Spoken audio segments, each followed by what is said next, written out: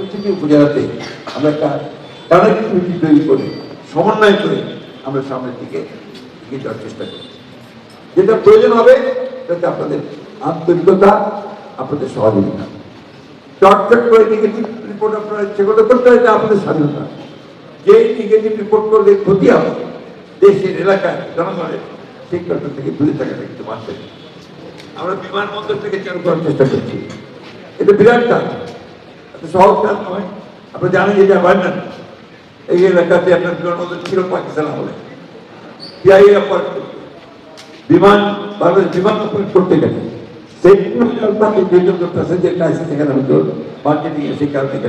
আস্তে আস্তে বন্ধ হয়ে যাবে। এটাকে আবার নতুন করে পুরো বিমানবন্দরটাকে রিপেয়ার করে উপযোগী করে তারপর এখানে আপনার সংস্কার ভিত্তিতে, বাণিজ্যিক ভিত্তিতে এয়ারক্রাফট চালু করা, এয়ারলাইন চালু করা, এটা কিন্তু কঠিন। আপনাদের কাছে আমি অনুরোধ করবো একটা বিষয় সাংবাদিকরা করছেন, আপনারা দয়া করে পজিটিভলি সবসময় চেষ্টা করবেন যে ঠাকুরগাঁর উন্নয়নের জন্য যে কাজটা কিভাবে করা যায়। এখানে আমরা একমাত্র প্রধান সমস্যা যেটা ঠাকুরগাঁর মানুষের, ঠাকুরগাঁর মানুষ খুব দরিদ্র, আয় নাই, আয় কোনো পথ নাই, না আছে চাকরি, না আছে বাকরি, না আছে আপনার কোনো বড় বড় কলকারখানা। যারা ব্যবসা বাণিজ্য করেন মনে করবেন না ব্যবসায়ী ভাইরা, আপনার ঠিকাদারি ছাড়া ওখান থেকে বের হয়ে আসতে হবে। বের হয়ে এসে নতুন করে আপনারা কি করে এগ্রিকালচারাল র মেটেরিয়াল দিয়ে কি করে শিল্প করতে হবে সেই চেষ্টাটা করতে হবে। এবং সেখানে আমার ধারণা যে আমাদের সাংবাদিক ভাইরা আপনাদেরকে পুরোপুরি সহযোগিতা করবে। আমাদের সরকার অল্প দিনের মধ্যে, আমি জানেন যে আমরা প্রথমেই যে কাজটা আমাদের প্রধানমন্ত্রী শুরু করেছেন ফ্যামিলি কার্ড, ফ্যামিলি কার্ড থেকে পজিটিভ রিপোর্ট করেন, একটা যুগান্তকারী ঐতিহাসিক একটা পদক্ষেপ। নারীদের ক্ষমতায়নের মধ্য দিয়ে সাধারণ মানুষের বৈষম্য দূর করার একটা অন্যতম পদক্ষেপ। আপনার কৃষক কার্ড, সেটাও একই ব্যাপার, আপনার কৃষকদেরকে আপনার ক্ষমতায়ন করবে, তার সমস্যাগুলো সমাধান করার চেষ্টা করবে। খাল খনন কর্মসূচি, আপনার ছেলেরা খেলাধুলা করে প্রফেশন নিতে পারে, তার জন্য তাদেরকে আপনার কার্ড দেওয়া হচ্ছে। আমি মাটির মানুষ, মাটি থেকে উঠে আসছি, আমি পৌরসভার চেয়ারম্যান ছিলাম, আমি ভালো করে বুঝি যে আমাদের এলাকার মানুষগুলো সমস্যা কঠিন সমস্যা। আমার কাছে আমি চাইলে আসলে আমি পাগল হচ্ছি, শুধু সাহায্য সাহায্য সাহায্য এবং সুপারিশ, কারণ অন্য কোনো পথ নাই। বেঁচে থাকার জন্য যে রুটি রুটি করতে হয়, তার জন্য যে কর্মসংস্থান দরকার, সেই কর্মসংস্থান তাদের নাই। এগুলোকে হাইলাইট করেন, সেই বিষয়টাকে সামনে আনেন।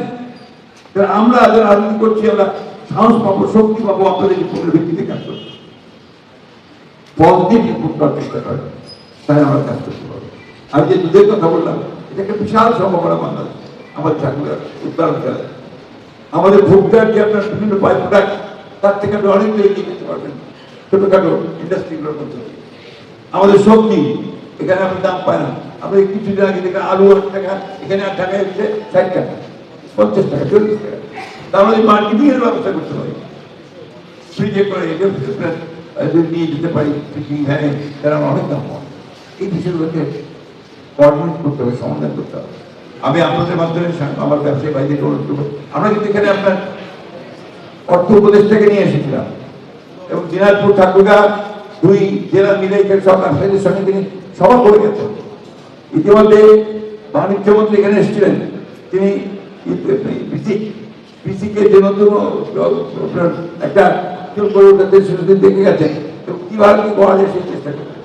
আপনারা তো জানেন যে সরকার দায়িত্ব নিয়েছে একটা ধ্বংসের স্তূপের মধ্যে, ব্যাংকগুলো খালি করে দিয়েছিল, ব্যাংকে কিছু নাই, লুটপাট করে 80 লক্ষ কোটি টাকা লুট করে দিয়ে, এবং সেইখান থেকে আমাদের আবার শূন্য থেকে শুরু করতে হবে। সুতরাং আমরা যদি আপনাদের কাছে প্রত্যাশা আমাদেরকে সাপোর্টটা দেয়, আমাদেরকে একটু সহযোগিতা করেন, আমরা যতদূর পারি ইনশাআল্লাহ 3 মাসের মধ্যে যেমন আমরা চেষ্টা করেছি এই কাজগুলো করার, আগামী দিনগুলো যদি সহযোগিতা করেন, তাহলে আমি আপনাকে কথা দিতে পারি যে আমিও আমার চূড়ান্ত আমার যা সম্ভব আমি তাই করার চেষ্টা করি। আরেকটি কথা আমি আপনাদের বলি যে আপনারা প্রেস ক্লাবের জায়গায় ভবনের কথা বলছেন, যদি খাস জমি কিছু থাকে ওই জায়গাগুলোতে আপনারা দেবেন, আমরা চেষ্টা করবো। এখানে আমাদের বিএনপি নেতৃবর্গ আছেন জেলার, তারা বলবেন আমাকে, আমি চেষ্টা করবো যাতে করে আপনারা খারাপ থেকে বরাদ্দ পেয়ে আপনারা প্রেস ক্লাব তৈরি করতে পারেন। প্রেস ক্লাব তৈরি করে কি হবে? যদি ভালো হয়ে থাকে তারা ভালো করবে, সেটা করে লাভ কি হবে? ইউনাইটেড থাকে তাহলে না হবে, তাহলে না হবে, কোন লাভ হবে? আমি আপনাদেরকে বড় জোর একটু সাহায্য করছি আর্থিক ভাবে, কিন্তু যদি ভালো চিন্তা লাভ হবে। এই ব্যক্তিগত চিন্তা ভাবনা থেকে থেকে নিজেরা ভাগ হয়ে নিজের সর্বনাশ করে না। আমাদের অনেক কাজ আছে, একটা ইউনিভার্সিটি দান করতে হবে, তাকে চালু করতে হবে। আমাদের টেকনিক্যাল ট্রেনিং সেন্টারগুলোকে আরো শক্তিশালী করতে হবে, যাতে করে আমাদের ছেলেরা টেকনিক্যাল ট্রেনিং সেন্টার পড়ে বিদেশে যেতে পারে। তার জন্য আমি আরোপ করছি, একটা কোম্পানির সঙ্গে আরোপ করেছি যারা আমাদের ছেলেদেরকে এখান থেকে নিয়ে যাবে। বিদেশি ভাষা শিক্ষার জন্য জাপানি ভাষা, আরবি ভাষা যেগুলো শিখে কাজ পাবে, সেগুলোকে আমরা আবার চেষ্টা করছি। আপনারা আমাদেরকে সহযোগ, আমি আপনাদেরকে একটু করতে পারি, আমি বয়স হয়ে গেছে, এখন প্রায় অসুবিধা আক্রান্ত থাকি। যতটুকু বেঁচে থাকবো, যতটুকু সম্ভব হয় আমি শেষ পর্যন্ত আপনাদের আমাদের এই ঠাকুর এলাকার জন্য উন্নয়নের জন্য চেষ্টা করি। আমি বক্তব্য বরাবর সাংবাদিক ভাইদেরকে আমি সবসময় খুব সম্মান করে শ্রদ্ধা করি, সব সময় ঢাকাতে বলে যেখানে বলে আমার সবচেয়ে ভালো সম্পর্ক সাংবাদিকদের সঙ্গে। আপনাদেরকেও কিন্তু সমানভাবে আগায় আসতে হবে। আর একটা জোর দিয়ে বলছি, একটু বেশি পড়াশোনা করতে হবে। কোথায় কি হচ্ছে, কোন পৃথিবী কি ঘটছে, কোন কোন পত্রিকা কিভাবে রিপোর্ট করছে, সেই পত্রিকাগুলোর অবস্থায় কি। আপনারা ভাবেন যে সাংবাদিকতা করেই অনেক মানুষ কিন্তু আপনার রাজনৈতিকভাবে আপনারা তো করতে পারবেন, নিশ্চয়ই পারবেন, শুধু সহযোগী করতে পারবেন। আর ঐক্যবদ্ধ হন, যাতে করে আমাদের ওয়েট বোর্ডটাকে আপনারা আদায় করতে পারেন।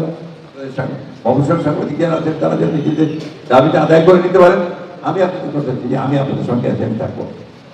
আপনারা ভালো থাকবেন, সুস্থ থাকবেন, এবং আমার পক্ষে যেমনই সম্ভব হবে আপনার ঐক্যবদ্ধ থাকলে আপনাদেরকে সহযোগিতা করতে আমি একদিন যুক্তিটা করবো।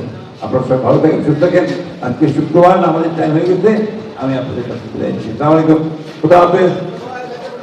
বাংলাদেশ জিন্দাবাদ, বাংলাদেশ সাংবাদিক সমাজ জিন্দাবাদ।